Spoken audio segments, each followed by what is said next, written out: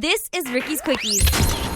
Power 106, Rikki Martinez here from Big Boy's Neighborhood with Common. Good morning, Common. Hey, what's going on, Rikki? Dude, nobody's smiling. The album is out now. When people ask me to kind of describe it or like what my thought on the album is, I just say must listen because it's on a whole nother tip. Like, it's important for the culture, especially right now, to listen to this album. I feel like when we talk about Chicago, it's easy to observe. It's easy to be the outsider. Like, we're watching the news and we're seeing what's going on other places.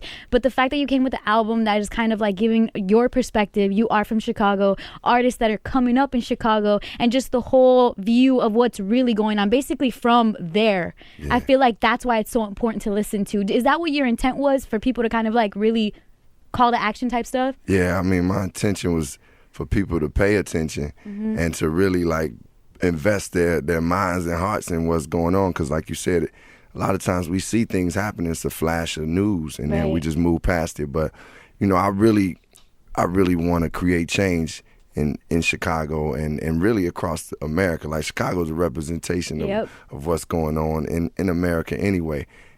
Obviously it's been more murders out there, but you know, it's been stuff out here in LA, it's stuff in Atlanta, just different places. So my thing was like, man, let's really create some change, because we can use the music to do great things. I mean, the music is fun, point blank. I ain't gonna front, like, the album is not just like a serious album, but it is there to bring attention, and everything revolving around it does have some Chicago theme, but it's like universal still. See, but that's a testament to your talent too, that you can make us listen, but still we're still bobbing our head and we're still like, man, this is my jam, but wow, look at what he's talking about. You know what I'm saying? Yeah, I mean, I always received that from hip hop for me. Like, I mean, even if it was NWA, I still was getting like, you know, something. Like, when you listen to Kendrick Lamar, you get something. Like, I love like hip hop that has that, where it's raw, it's real, but you still might walk away with something like, man, all right, I'm about to go do something in life, or I learned something from this music. And I just got to say, like, when it comes to Chicago, a lot of the times we're kind of like,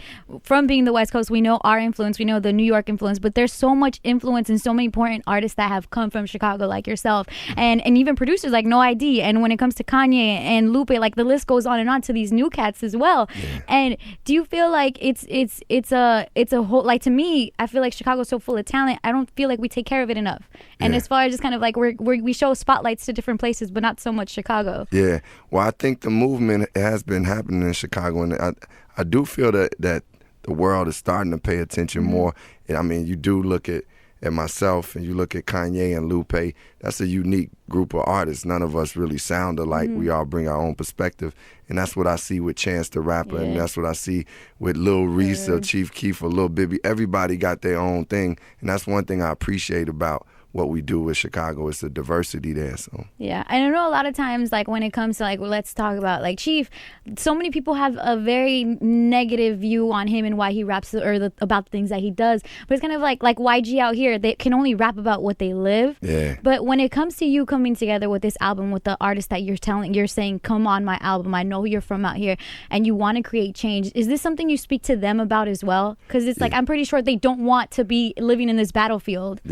No, man, you know, you understand and we understand that people don't, like, people just hustling sometimes, they ain't like, oh, I want to do this. You know, sometimes it's that it is the only choice, and it is a choice that, like, out of survival. And basically, I don't think, you know, any other artists that you hear coming from Chicago that may be just expressing themselves, or whether it's YG or whomever, it ain't like, nobody wants to live like poor, bad, getting shot at. Nobody wants that. I mean, I don't care how tough you are. Not ideal at all. No, so yeah, I mean, I think the artists, when I talk with them, I really don't sit up there and like try to preach to them or tell them what to do. I really just end up listening to them and just conversating with them. And when it comes up, I'm a believer in showing by example. So if I could take them out somewhere and give them opportunities of putting their faces on my album cover, I just want to be able to help. That's dope. Now let's talk about the new artists on this. I've got to tell you, like, I love being put up on new artists. You put me up on so much game with this Hustle Harder record. Dreezy, who is she? Like, what is she about? She sounds amazing. Yes, Dreezy is she fire. She from Chicago. She's this artist, this young lady, 20 years old.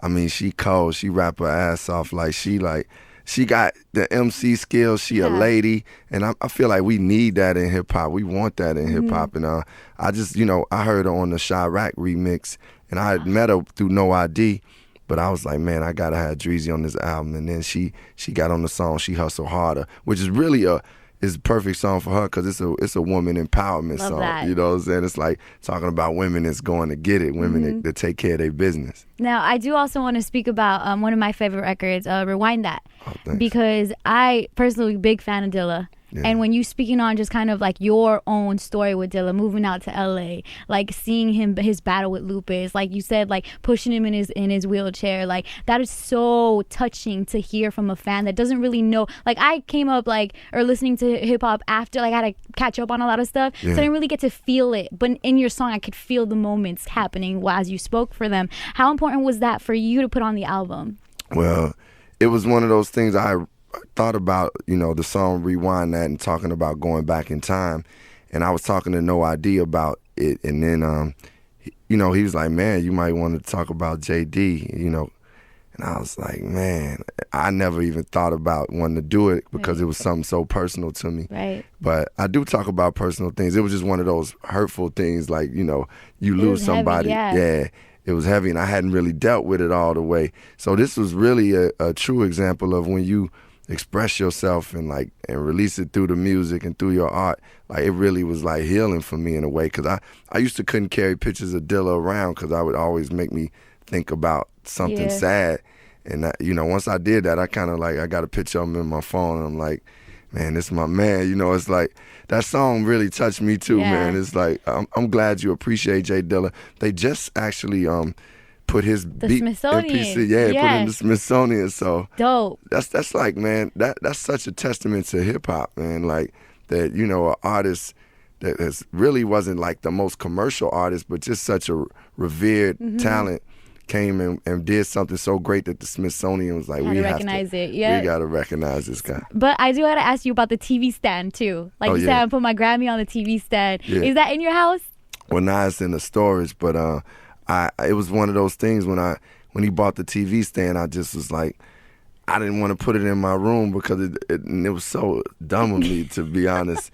And I felt so bad, because he bought that from his heart. This is when he was sick, man. Yeah. Anyway, when the Grammys, God willing, when the Grammys come, I'll put it on the stand. Put it right on there. That's dope, Common. Now, and you have the record Speaker Piece. Yeah. With Biggie's vocal on it. Yeah. I know a lot of, like we say, Chicago has a lot of influence on music right now, especially with the different cadences and flows. What was the New York influence in common? Did you have that, listening to Biggie? Oh man, New York was powerful because that's where I first started hearing hip hop. So Biggie was definitely somebody that inspired me, though he was a peer of mine. Nas was somebody early on. It was Rakim and BDP and Big Daddy Kane, EPMD. Those, New York had a heavy influence. But also the joy of being from Chicago was I was able to be influenced by New York and LA. I heard Ice Cube and NWA, they really was something, whether it was Farside, King T. That's crazy to hear, especially because when people, of course, one of the standout records of common is The Light, and you would never think NWA and this artist, there's a correlation there, but it's beautiful to see different types of things you can pull from everywhere. Oh yeah, no, I loved it. All that was just good hip hop, man. Yeah. And I come from the south side of Chicago, so it's not all just love. Yeah. But even though I got on a Love Chicago shirt, but anyway, but I think, it's just my experiences allow. NWA was like an influence. We used to straight ride around with 40 ounces because NWA. They did it. Yeah, because they did it. That's how powerful rap has been. But, I loved all the good hip hop. Now, when we talk about, especially in the neighborhood, myself and Big, when we talk about you as an artist, you are one of the very, full circle artists, whereas you can give us radio hits, you can rap on the street, you can do the battle, you can do the freestyle, you have it all. You have it down. I wanted to talk to you about just, battle rapping. Because there was, I remember Cole had this story, J. Cole, where he was like, dude, I was battle rapping someone, and I was winning until they said, you ain't so deaf, but your teeth got jagged edges. And that, inspired Crooked Smile, the song.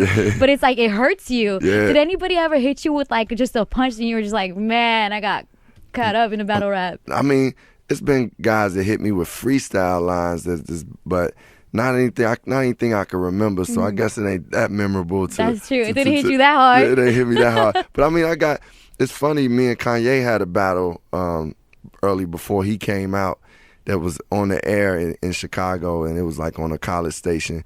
And I was a little bubbly. I was drinking, so I ended up not really. It wasn't a unanimous decision who won. And I always think back like, man, I should have been sober, so I could have just murdered Kanye. Let him made know. It no question. Yeah, because he at that time he always would want to battle. Yeah, he wanted to prove battle himself. me. Yeah. You know, I was from one of the bigger artists from Chicago at the time, and it's like they would come to my basement and he wanted to battle, but we ended up doing that one on the radio. Man, now speaking of Kanye, I did want to bring up good music because last we heard there was a Cruel Winter and then there wasn't. Is there any and even if there isn't a Cruel Winter, what happens to all those records? Because I know you guys make good music. Yeah, we have made a lot of records, and Cruel Winter didn't happen.